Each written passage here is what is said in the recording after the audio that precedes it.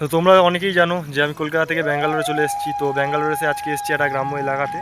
তো মাঠে এসেছি এখানকার কি চাষবাস হচ্ছে না হচ্ছে দেখতে, তোমাদেরকে দেখাতে। তো ওই কারণেই তোমাদেরকে চলো দেখাই কি চাষবাস হচ্ছে না হচ্ছে। तो चलिए शुरू करते हैं। Hello guys, welcome back to my new video. আজকে তোমাদেরকে আমি দেখাতে নিয়ে এলাম গাজর গাছের ভিডিও। এখানে প্রচুর পরিমাণ গাজর চাষ করা হয়েছে। এই দেখো, পুরোটা জায়গা জুড়ে গাজর চাষ করা হয়েছে, অনেকটা জায়গা জুড়ে, সেই দূরে দেখতে পাবে তোমরা, দূরে পুরোটা জায়গা জুড়ে গাজর চাষ করা রয়েছে। তো আজকে আমি তোমাদেরকে দেখাবো এখানে যে বড় বড় মাঠগুলো রয়েছে তার মধ্যে এই একটা, মানে সব থেকে বেশি যারা চাষ করে থাকে, চাষ তো প্রায় সবাই করে, কিন্তু যারা প্রচুর পরিমাণে চাষ করে থাকে, কি চাষ করেছে প্রচুর পরিমাণে সেটা তোমাদেরকে আমি দেখাবো। আজকে 2-3 ধরনের চাষ তোমাদেরকে দেখাবো। অনেকে কমেন্ট করেছিলে যে ফুলকপি চাষটা দেখাও, কিন্তু ফুলকপি নিয়ে আসবে আমাদের জন্য। তো ফুলকপি চাষ বা ফুলকপি এখনও আপাতত যাইনি আমি। ফুলকপি চাষের কাছে গিয়ে তোমাদেরকে দেখানোর চেষ্টা করবো যদি থাকে ফুলকপি, কারণ ফুলকপি এখানে এখন প্রায় সব তুলে নিচ্ছে। তো যদি ফুলকপি থাকে তোমাদেরকে আমি দেখানোর চেষ্টা করছি। তো এখন রয়েছে এটা গাজর গাছের বাগান। তো গাজর গাছের বাগান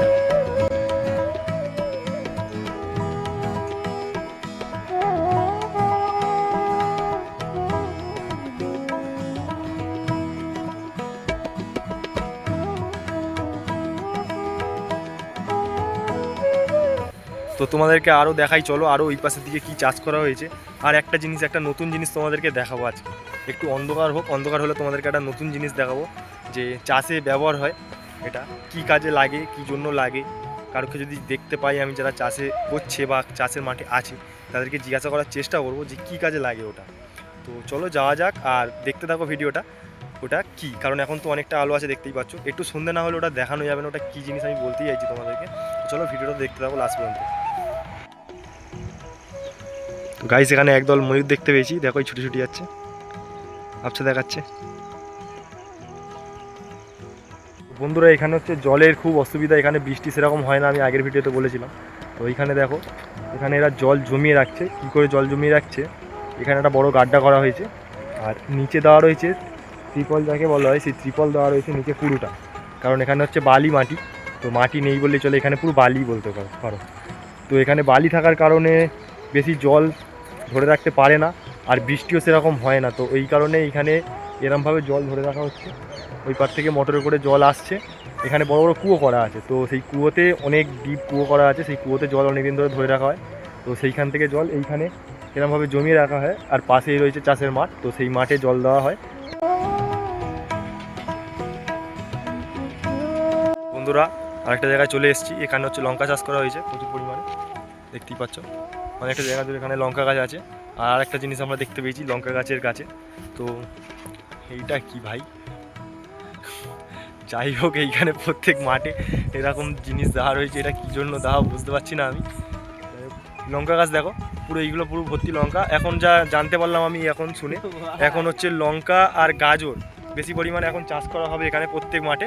আর আরেকটা জিনিস, এখানে ফুল গাছ খুব চাষ করা হয়, কারণ ফুল এখানে প্রত্যেক কাজে লাগে। ফুল তো জানো, পুজোতে তো লাগে।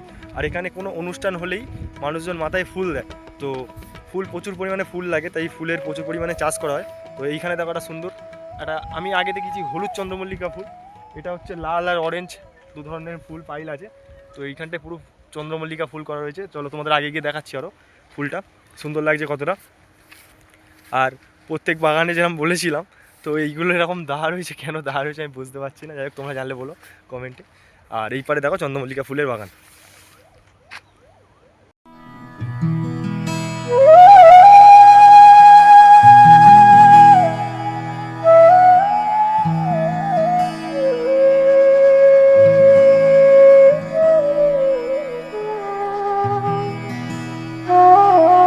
এখন আমরা খুঁজে বার করেছি, এখানেও ফুল চাষ করা হয়েছে।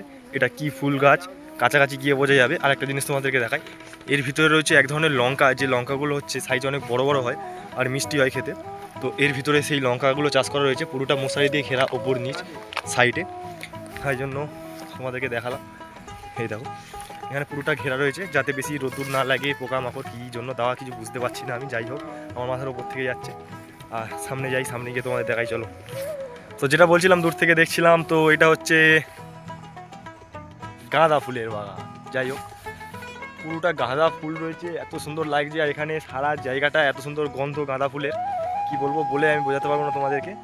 বলে যখন বোঝাতে পারবোই না, তোমাদেরকে দেখাই চলো। তো দেখো তোমরা গাঁদা ফুলের বাগান। এখানে কিছু হোক না হোক মানুষ জন বাইরে বেরোবে, বাইরে বেরোলে মাথায় ফুল দেবেই দেবে। তো ওই কারণে ফুল প্রচুর পরিমাণে ফুল চাষ করা হয়, সবজি তো হয়ই, ফুলও চাষ করা হয়।